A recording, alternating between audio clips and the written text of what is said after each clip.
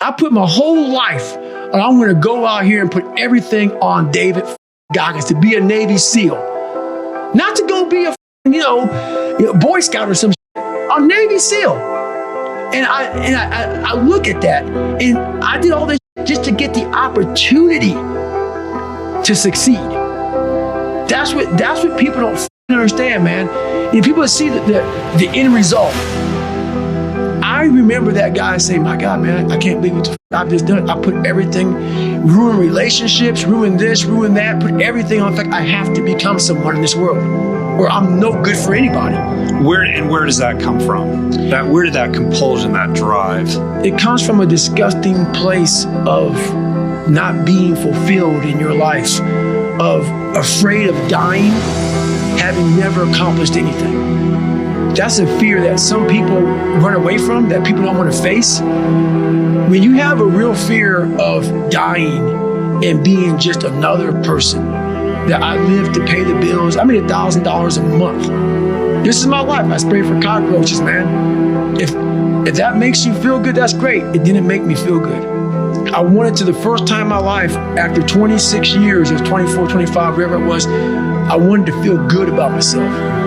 You know, the one gift I have, with all that being said, what you just said there, is I have the ability to see the end before the beginning even begins. And what that means is I know that to get to the very end, I can see it right now. So before I went to Buds, and I was losing all this weight, I saw myself walking across the stage at 191 pounds. That's what I had to get to get into the door. I saw myself 6 months, a year later, whatever's going to take me to do it. I saw myself walking across that stage, getting that certificate of graduation from Buds. And I was able to be there at 300 pounds.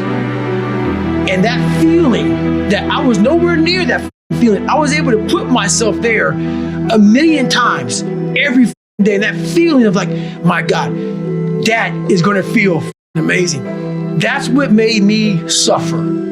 That's what allowed the pain to be real and say, this is worth it. I want to feel for this next 18 months. It took me 18 months to finally become a Navy SEAL, to finally, just get through Buds. 18 months, it's 6 months. It took me 18. That's what woke me up every morning was, I'm going to put myself through this much pain and suffering for a few seconds. That's all it is. A few seconds of joy. And it's so worth it, man. Well, visualization is one of the challenges. And part of that is not just visualizing success or living in the reality of achieving what you're setting out to achieve, but also visualizing how you're going to navigate all the obstacles that are going to get thrown in your path. Right. Visualizing is my biggest tool of life. That's why I've been able to put myself in cold water, put myself in a 100-mile race millions of times before I've done it. And I'm able to go through the race and see how I'm going to feel at mile 50, almost to the exact feeling. Right. So when it comes up, it's no surprise. It's no surprise. I've already done this a million times. Mm-hmm. And that's the one thing I practice and practice and practice and practice overnight. But also, the most important thing is I practice that feeling of accomplishment that I'm going to have when it's all said and done with. So the core difference in people is, how do you produce certainty when the world isn't giving it to you? You go out and you try, in your case, you're 100,000 in debt and nothing's working. How do you keep yourself going? The way you did it, the way I did it, the way you're doing it, we may not have done it consciously, is we didn't change our potential. That was there. And it wasn't even taking more action. Taking more action with a belief it's not going to work, it's not going to change anything. We got results in our head that made us feel certain as if it had already happened. True or false for you? True.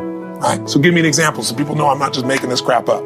Well, I mean, just like when I had nothing, I already knew I was driving like Ferraris and Porsches and stuff because I always wanted those cars. I already knew I was going to have them. It was inevitable. Right. I inevitably, that was just my inevitable outcome. But how did you do that? Did you have a ritual? Did you think about it regularly? Was it one time you thought about it, or was it something you had an obsession towards? I used to work at a video store, which was the last job I ever had in my life. Thank God. And I used to go to work almost every day.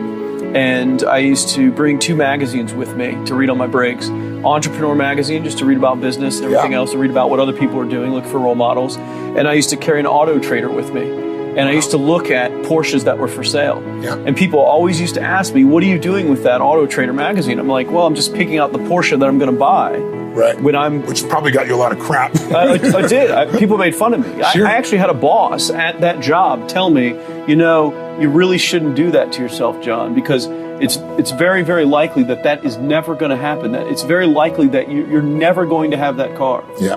That's the kind of belief he was trying to put in my head. And I was like, no, you don't realize that it's inevitable that I will drive here sometime in the near future with that car when I'm not working for you and drop movies off for you to put back on the shelf. And that actually happened. And it was one of the most fulfilling days of my entire life. And the great thing was when I pulled up in this car, I was in my mid-20s. Yeah. A car that most mid-20s. What kind of car was it? It was a Porsche 911 Turbo. It was a convertible and everything. Sure. It was a beautiful car. It was one I always dreamed of having. But for a few years, I always circled the ads of which ones I was going to buy. Well, when I finally got it and I pulled up at the store, I had all these people, some people that were still working at this $7 an hour job were there years after I left. And I'll never forget this, even the boss and stuff, and the reaction of the people was like, wow, that is awesome. Yeah. Is that your dad's car?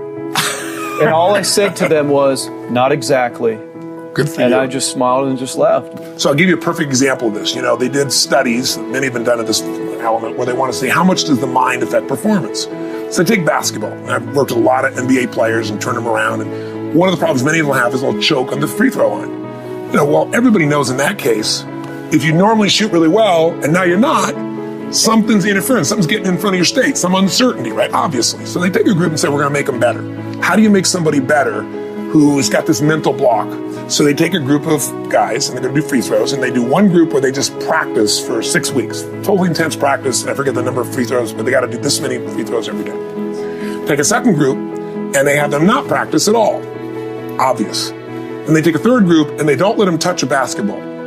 All they do is have them practice in their mind, but the key is it's not practice makes perfect, it's perfect practice makes perfect, as corny as that sounds. So these guys see themselves making the shot every single time, conditioning their mind and body that it's perfect every time.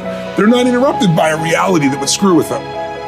So at the end of 6 weeks, they tally it up, and now they give them a test to see who has the highest free throw percentage success. What do you guess it's going to be? Well, the obvious person says, obviously, it's not the guys that didn't practice. But which one is it? The mind, or is it the ones that actually practice? I'm assuming the mind. Yeah, you would assume it because it's true. Right. You intuitively know the truth. That practicing's not enough. It's getting yourself so certain so many times that now when you go to do it, there's no hesitancy and you execute. It's having that absolute certainty that makes you tap your full potential, take massive action, get massive results, be reinforced to having stronger belief. This is what makes somebody a star at anything. It's like Jack Nicklaus, the golfer. Yes. He visualized every shot and where it was going, landing right where he wanted it before he ever hit it. Every single time. And what do most Every golfers single do? time. They just take a practice swing and they kind of hope for the best and point in the right direction and hit it. I saw this psychic palm reader sign, and she gave me a reading, and she said, you're about to do 3 things, 3 movies that will be very, very, very big and very important, and after that, it will be impossible for anyone to knock you down from that place. I worked in factories. I had a 9th grade education.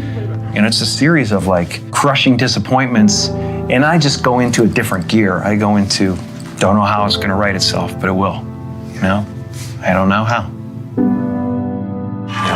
I'm the guy who wrote the $10 million check to himself and had it come to fruition. I'm the guy who had the substitute teacher in grade 2 who said that, whenever I want something, I pray to the Virgin Mary and I ask her for it and I promise something in return and I get whatever I want. So didn't you write yourself a check? I heard that you did. Is that true? I wrote myself a check for $10 million for acting services rendered, and I gave myself 5 years.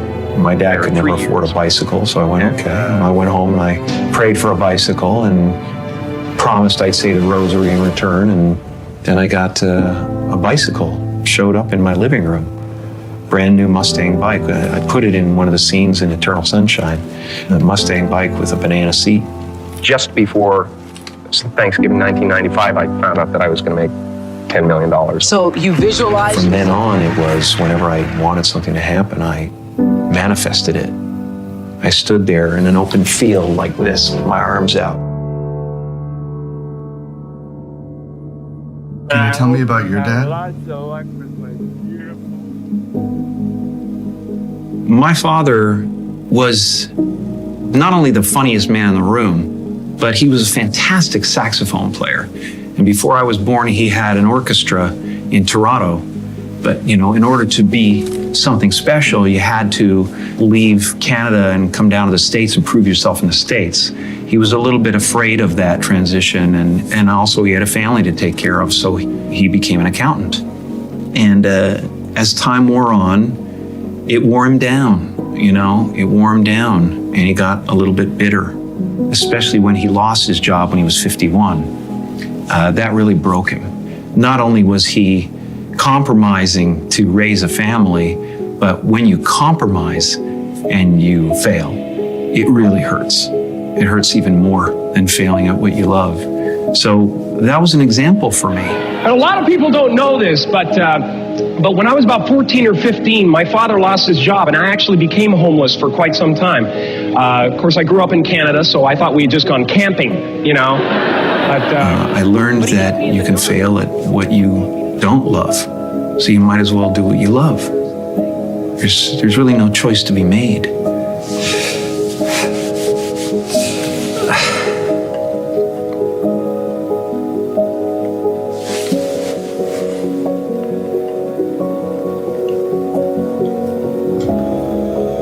What you want to be, you know?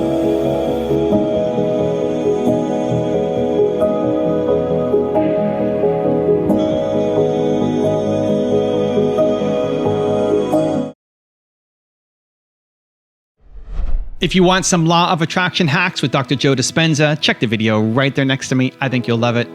Continue to believe, and I'll see you there. When I get my new car, I get my new house, I get my new relationship, then I'm going to feel so great.